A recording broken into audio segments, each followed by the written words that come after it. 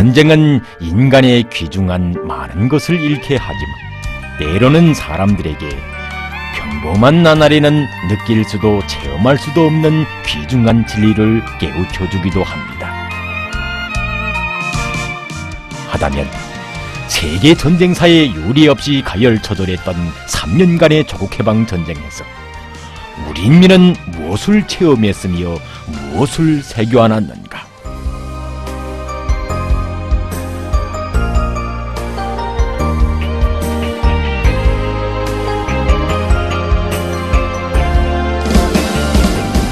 (2010년 9월 21일) 조국해방전쟁 승리기념관을 찾으신 경의하는 최고령도자 김정은 동지께서는 기념관에 전시된 사종물들을 돌아보시며 뜻깊은 말씀을 주시었습니다. 조국해방전쟁 시기 수령님께서 배구 경기를 보아주시는 사진문헌을 보면 우리 수령님께서 얼마나 든든한 배심을 가지고 여유 있는 싸움을 하셨는가 하는 것을 잘 알 수 있습니다. 우리는 이제 불비 쏟아지는 전하의 나날에 수놓아진 절세 위인의 불멸의 체육영도사와 우리 체육인들의 불굴의 투쟁 모습에 대해 이야기하려고 합니다.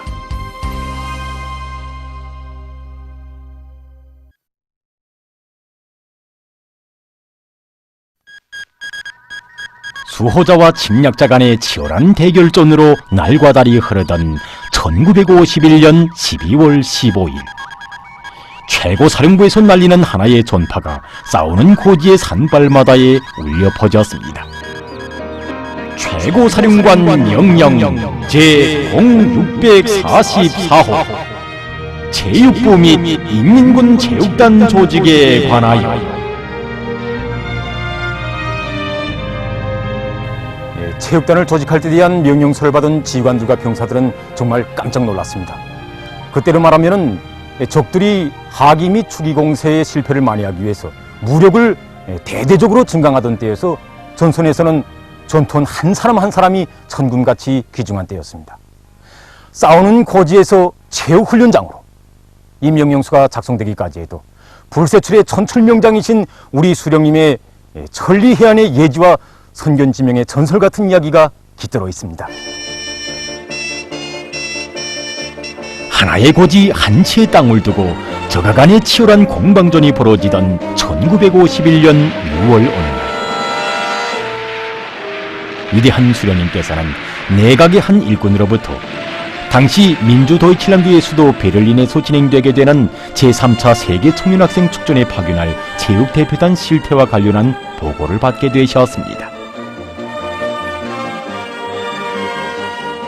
그때 일꾼은 위대한 수령님께 현재 체육인들이 탄원하여 전선에 다 나가 있는 조건에서 한 달 내로 그들을 선발하고 훈련시키는 것이 좀 어려울 것 같다고 말씀드렸습니다.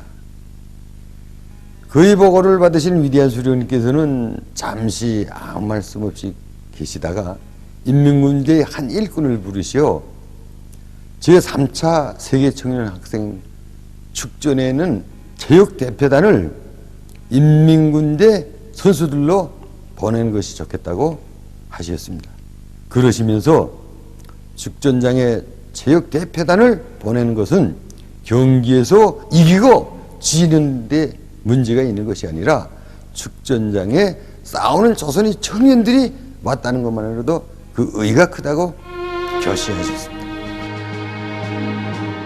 이렇게 되어 청년 대표들과 함께 10명의 롱구 선수들로 구성된 체육대표단도 축전도시 베를린으로 떠나게 되었습니다. 1951년 8월에 진행된 제3차 세계 청년학생 축전은 위대한 수령님께서 예견하신 대로 싸우는 조선인민을 지지 성원하는 세계 청년학생들의 성대한 축전으로 됐습니다. 축전에 참가한 우리 체육인 병사들은 불길 속에서 연마이언 체육기술을 남김없이 발휘하며 경기마다에서 싸우는 조선의 기상을 힘있게 떨쳤습니다.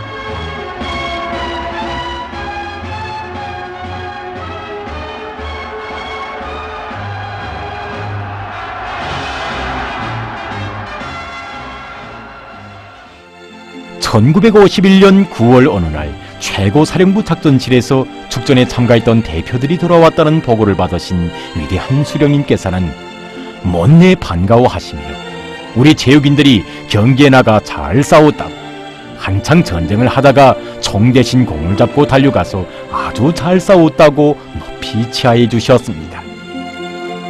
그러시면서 위대한 수령님께서는 앞으로 인민군대 안에 체육단을 내올 때 대한 강령적인 교시를 주셨습니다.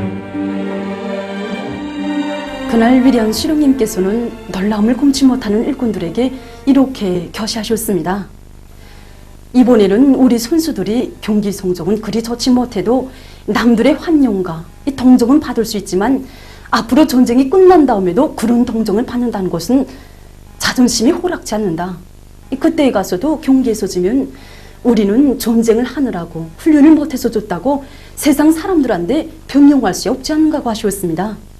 그러시면서 전쟁의 한창인데 군대 안에 체육단을 조직하는 것이 환경에 맞지 않은 것 같이 생각할 수 있는데 그만한 요의도 없이야 어떻게 싸움에서 이길 수 있는가? 전쟁의 승패는 이미 결정된 것이나 다름없으니 체육인들 한 100명쯤 뽑는다고 전선이 찍겠는가 하시면서 정말 허탕하게 웃으셨습니다.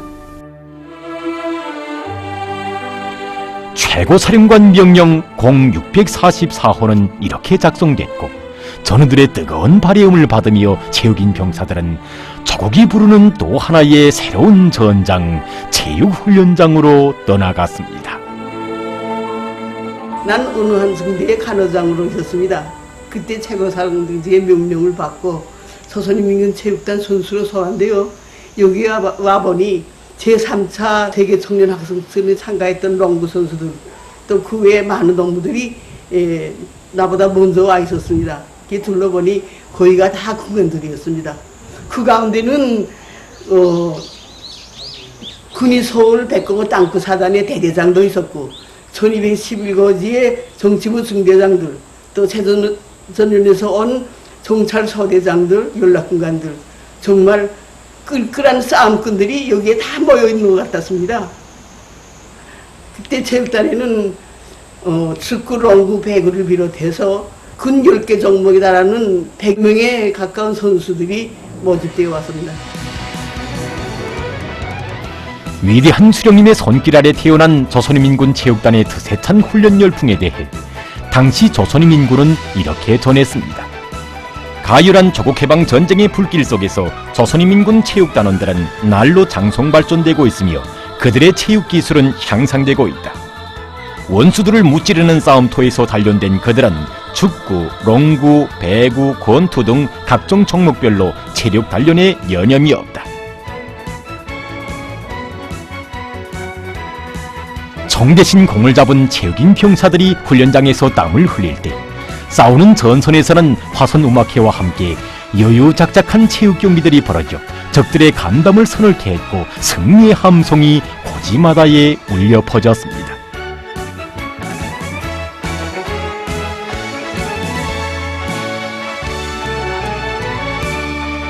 (1952년 5월 1일) 건지리의 하루는 주체체육사와 더불어 특기할 뜻깊은 날로 기록되어 있습니다. 이날 위대한 수령님께서 인민군 장병들과 우리나라에 와 있던 외국 손님들과 함께 조선인민군 체육단 여자 배구 선수들과 최고사령부 장령 군관들과의 배구 경기를 몸소 지도해 주셨습니다. 원래 그날 배구 경기는 여기서가 아니고 저 앞에 있는 넓은 앞마당에서 하게 되어 있었습니다. 그런데 그때 위대한 수령님께서는 최고사령부를 노리는 적들의 책동으로 해서 이미 그곳은 노출됐을 수 있다고 하시면서 때없이 달려드는 적기들의 공습으로 귀중한 우리 체육인들을 잃을 수가 있다고 하시며 하룻밤 사이에 경기장을 여기 옮기도록 해주셨습니다. 1952년 5월 1일 우리는 위대한 수령님을 모시고 배구 경기를 하는 영광을 지녔습니다. 그때 우리 수령님께서 나오시자 우리는 거기에 눈길이 자꾸 갈려 경기를 제대로 하지 못해서 예전에는 졌습니다. 그럼에도 불구하고 오베 수령님께서는 잘한다고 박수를 쳐주고 고무해 주셨습니다. 예, 경기가 끝난 후 우리들을 먼 가까이 불러주시고 이리이리 손잡아 주시면서 오늘 경기를 참 잘했다고, 그 순간 타격과 불의 공격, 이거는 우리 전쟁에서 불의의 그 습격과 같은 것이라고 하시면서 우리식의 배구전법과 훈련 방법들을 일일이 가르쳐 주셨습니다. 위대한 수령님께서는 우리는 침략자들을 타승하고 반드시 승리할 것이라고, 체육에서도 세계 강자들을 타승하고 영조선의 기상을 온 세상에 떨칠 것이라고 하시면서 오늘 경기를 보니까 기술이 많이 발전했다고, 적기들의 폭격 속에서도 체육 기술을 연마하고 있는 것은 아주 장한 일이라고 높이 평가해 주셨습니다. 너무나도 뚜렷한 대조를 이루는 전쟁과 체육, 철과 철의 대결, 불과 불의 격전으로서 목숨을 내대야 하는 치열한 싸움을 전쟁이라고 할 때, 체육은 어디까지나 평화를 상징하는 사회 활동입니다. 하지만 위대한 수령님께서는 결코 전쟁과 체육을 별개의 문제로만 보지 않으셨습니다. 체육에 대한 우리 수령님의 관심과 기대는 참으로 각별했습니다. 그것은 생사를 판가리 하는 전쟁 시기에 우리 수령님께서 직접 16번을 단 운동복을 입으시고 항일혁명 투사들과 함께 축구 경기를 하신 그 사실 자체가 잘 말해주고 있습니다.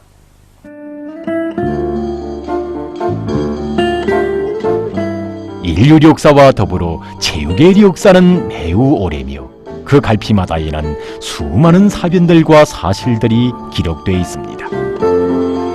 하지만 한나라 수령이 평화 시기도 아닌 준엄한 전시에 번호까지 새긴 경기복을 입고 운동장을 달렸다는 이런 이야기는 역사에 있어보지 못했습니다. 우리 수령님은 이런 분이시었습니다. 이런 천출명장이시였기에 해방 후 영으로부터 시작된 조선의 체육을 나라의 자주 독립과 민주주의적 발전을 위한 건국사업에 이바지하는 전위민족 체육으로 발전시켜 주시고, 조국의 운명이 반갈이 되던 전하의 나날에는 싸우는 고지의 체육인 병사들을 소환하여 조선인민군 체육단을 조직하는 전설 같은 역사를 창조하신 것 아니겠습니까? 하기에 우리 선수들이 전쟁의 포화가 모든 이후 시기에 있은 국제경기들에서 연전연승하며 라몽색 공화국 깃발을 휘날리는 모습을 보고 온 세계가 놀라움과 경탄의 찬사를 아끼지 않았습니다.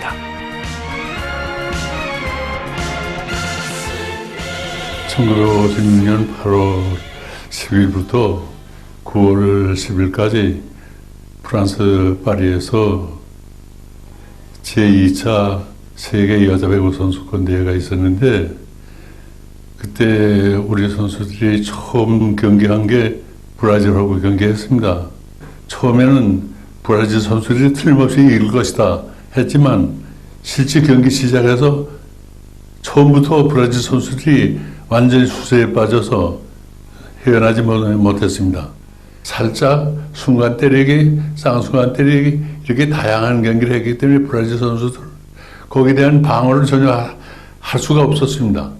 그래서 브라질 그 남아메리카에서 가장 강팀으로 알려진 브라질 팀이 우리 선수들에게 3대 0으로 허양졌습니다.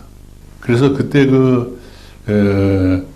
세계 배구 연맹 위원장이 3년 동안이나 전쟁을 한 조선 그 여자 배구 선수들이 어떻게 저런 경기 수법으로 경기를 했는가?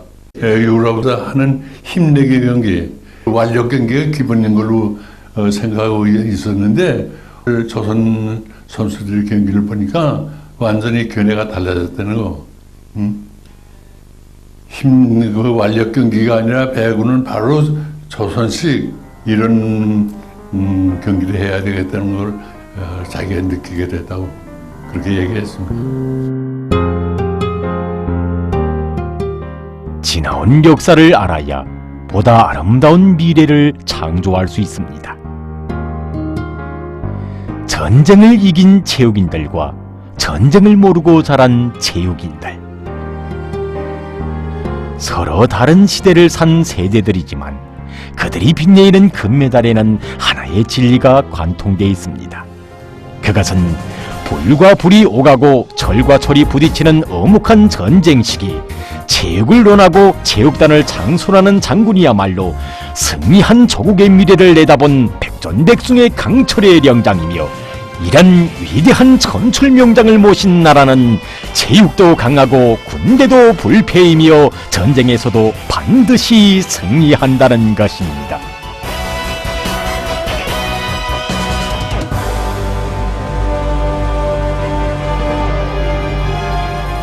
승리에 치리치리 새겨주는 이 불변의 진리란 세월이 변하고 세대가 바뀌어도 인민의 심장 속에 고귀한 유산으로 삶과 투쟁의 좌우명으로 영원히 아로새겨질 것입니다. 사랑사다 승리만을 펼쳐가는 힘나는 전통,